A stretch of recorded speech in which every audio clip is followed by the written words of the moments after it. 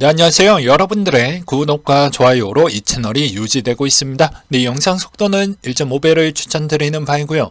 네, 이번 내용은 플레이어 관련된 소식을 또 준비를 했고요. 왜냐면 에어드랍 시점이 이제 가까워졌기 때문에 또 많은 질문이 나올까봐 미리 또 다뤄드리는 내용이라고 보시면 될 것 같습니다. 그 외에 뭐 짤짤한 또 소식도 준비를 했던 게 있기 때문에 좀 재밌게 봐주시기 바라겠고요. 일단 첫 번째 내용으로는 플레이어 이야기를 좀 하고 넘어가도록 하겠는데, 일단 이번에 스냅샷 시점 2020년 12월 12일 XRP를 보유했던 사람들에 한해서 이번에 플레이어 네트워크를 받을 수가 있게 됩니다.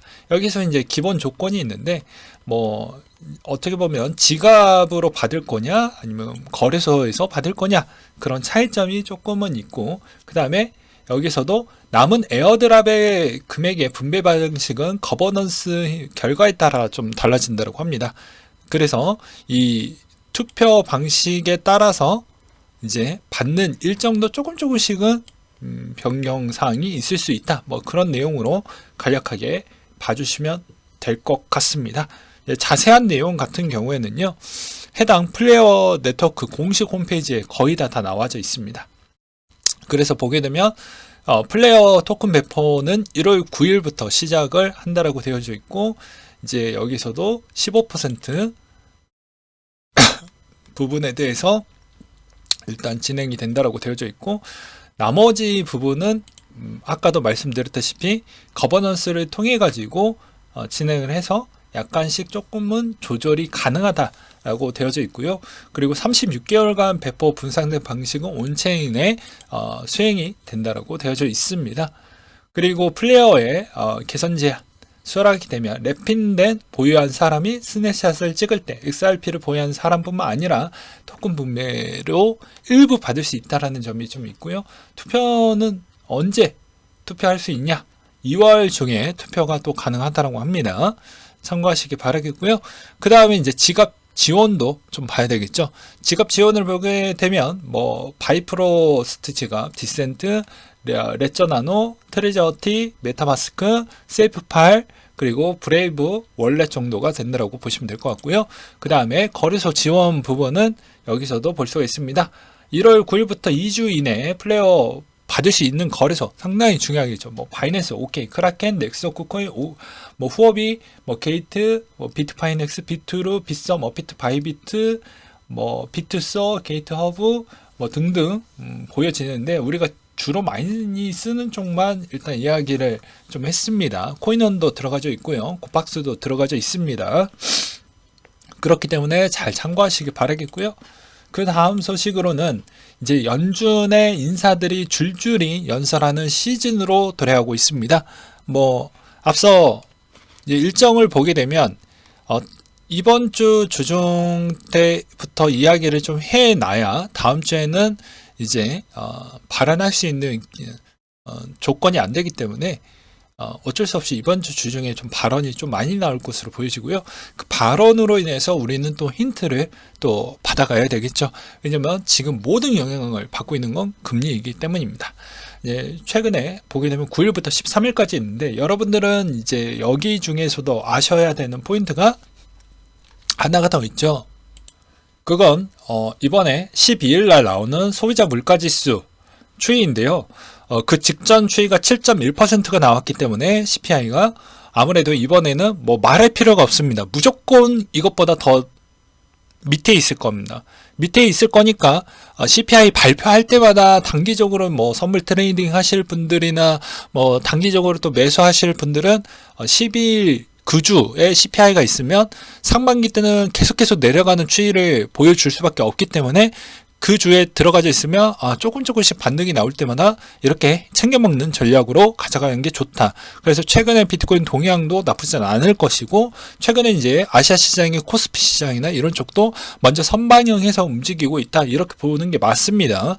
그리고 이제 발표가 지나고 그 약발이 떨어지는 시점에서는 당연히 약간씩은 또 추가적인 조정이 나올 수도 있기 때문에 그렇게 대응하시는 게 맞을 것 같고요.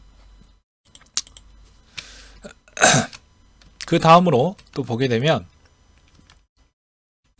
이번에 마윈이 엔트그룹 IPO 계획을 철회했다고 합니다. 이제 본인의 지배권이 상실이 돼서 이제 더 이상 언급할 수 있을 만한 힘이 안 되다 보니까 IPO 계획도 약간 두리뭉실하게 좀 되었죠.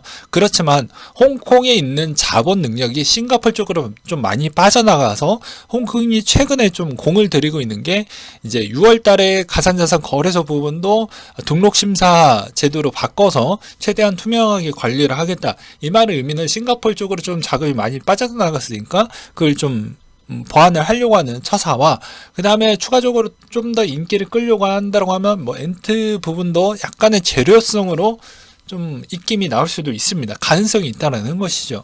그 다음으로 오미크론의 XBB 이게 상당히 유럽에서 우세종으로 갈 것 같다라는 게 이번에 또 기사로도 나오기도 했었으니까 여러분들 건강 꼭 잘 챙기시기 바라겠습니다. 저 아직까지도 기침이 좀 있어요. 그 다음으로 저스틴 선의 후업이 관련 언급이 이제 드디어 나왔는데요. 보니까 인플루언서 커뮤니티에 있는 의견을 우리가 좀 많이 반영을 못 시켰던 것 같다. 이 비판과 제안을 정기적으로 평가를 해서 적절한 보상을 제공을 할 것이고, 커뮤니티 인플루언서 자문위원회를 컨설턴트로 초대를 해서 투명성 검증에 더욱더 많은 기여를 좀 할 것이다. 그래서 자문인 출범을 했다라는 것으로 최대한 실드를 치는데 노력을 좀 하고 있는데 잘 될지는 모르겠습니다. 일단은 그렇지만 지금 시장은 그래도 이번 주 중은 그렇게 나쁘진 않을 것 같다라고 제가 아까 말씀을 드리기도 했었죠. 왜냐하면 CPI는 내려가는 가속도가 붙을 수 있는 그 구간대에 일단 있기 때문입니다. 7에서 5 내려가기에는 되게 빨리빨리 내려갈 거니까요. 그렇기 때문에 그 구간대까지는 CPI 나올 때마다 우리는 계속해서 뭐 단타하실 분들은 단타하시고, CPI 나오기 직전 때에 항상 매입을 해서 저렴한 가격대에 또 매입을 하는 그런 처사로 보는 게 맞을 것 같다. 저는 이렇게 말씀을 드리고 싶고요. 그 다음에 바이낸스 테더 입금 주소 복사했는데 자꾸 다른 주소로 복사가 되는 그런 해킹 툴이 좀 있다라고 합니다. 그렇기 때문에 여러분들도 항상 본인에 있는 주소, 지갑 주소를 한 번 더 확인을 하고 보내는 습관을 가져보시길 바라겠습니다. 그 다음에 이더리움 상하이 하드포크 못해도 2월 달에 이제 테스트넷을 좀 가져갈 것이다 라고 이야기를 했는데 2월 말에 부터 이제 이 영향성을 들어간다라고 보시는 게 맞겠죠.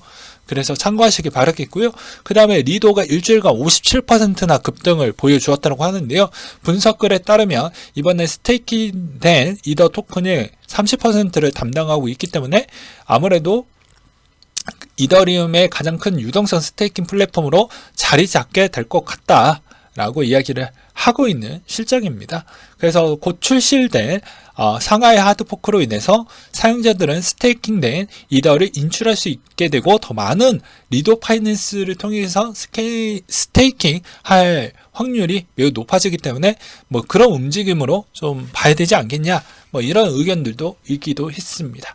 그 다음에 FTX 새 경영진이 뽀글이형에 기부한 자금도 회수하겠다 라고 해서 그나마 긍정적으로 볼 수가 있게 되겠고요. 경제학자가 USDC 준비금 65% 블랙로 전용 펀드로 이전했다라는 내용이 또 나와주기도 했습니다. 이제 서클은 USDC 준비금의 통제권 일부를 SEC 규정에 따라 외부 관리자에 양도를 했고 궁극적으로 USDC를 더 안전하게 만들고 있고 USDC 사용자는 이제 블랙록에서 정기적으로 정보를 얻을 수 있어 투명성이 개선이 됐다 라고 되어져 있습니다. 그러니까 이 뒤부터는 저의 생각이 좀 많이 들어가져 있는 내용이라고 보시면 될 것 같은데요. 지금의 이제 비트코인 차트를 보게 되면 단기 좀 반등이 나왔죠. 그 다음에도 계속해서 이제 여러분들 여기에서 아직은 좀 아닌 것 같은데 라는 이제 약간의 의구심이 좀 있긴 할 것입니다. 근데 저의 개인적인 생각은 이번 상반기에 저는 매수량을 더 적극적으로 가져갈 것이다 라고 이야기를 드리기도 했었죠. 그렇기 때문에 그 의견은 거의 변하지 않습니다. 왜냐하면 CPI 발표 때는 일시적인 반등이 나올 거예요. 아까도 이야기를 했지만 내려가는 가속도가 붙을 거니까 그 중간 과정이 일단 걸쳐져 있다라는 것이죠. 그 다음으로는 왜 지금 시점이 왜 괜찮냐라고 이야기를 했던 게 마운트 콕스에 있는 사건은 오히려 연기가 됐습니다. 그래서 마감 기간 일도 연기가 됐기 때문에 3월이고 이제 실질적으로 이게 보상되는 기간이 7월 달부터 9월 마지막 주이기 때문에 실질적으로 그 시점 이전 때까지는 좀 괜찮지 않겠냐. 뭐 이후에 더 많은 물량이 나온다고 해도 그렇게까지 타격감은 크진 않을 것 같다 라고 생각이 듭니다. 물론 저의 개인적인 생각입니다. 그리고 악재에 있는 강도는 대부분 다 나올 만큼은 다 나오지 않았나라고 저는 생각을 합니다. 사람들이 이제 DCG에 따른 뭐 공포감이 있고, 저도 요건 예측하기가 어렵지만 아까도 이야기를 했지만 저의 개인적인 생각은 이것도 어차피 챕터 11에 보상되어 가는 수순이고, 여기 이게 황금알을 낳는 거위에 있는 프로젝트를 갖고 있는데 그렇게 진행이 될까? 뭐 이런 부분이 있어요. 그래서 이제 아무래도 그렇게까지 문제가 되지는 않을 것 같고, 문제가 된다라고 해도 문제 있는 그 강도 수준은 그렇게 크지는 않을 것 같다라는 저희 개인적인 생각입니다. 그 다음에 뭐 FTX 수순도 좀 뭐 잘 마무리가 되어가고 있고, 나머지 알트코인의 이제 특정 알트코인의 어떠한 문제점으로 어떠한 이슈가 생길지는 좀 번외로 두도록 하겠습니다. 그것까지 제가 맞추면 뭐 거의 신이겠죠.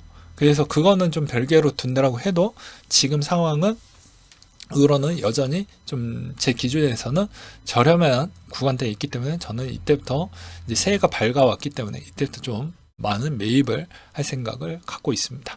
네, 오늘 내용은 여기까지 준비를 했고요. 이상으로 마치도록 하겠습니다.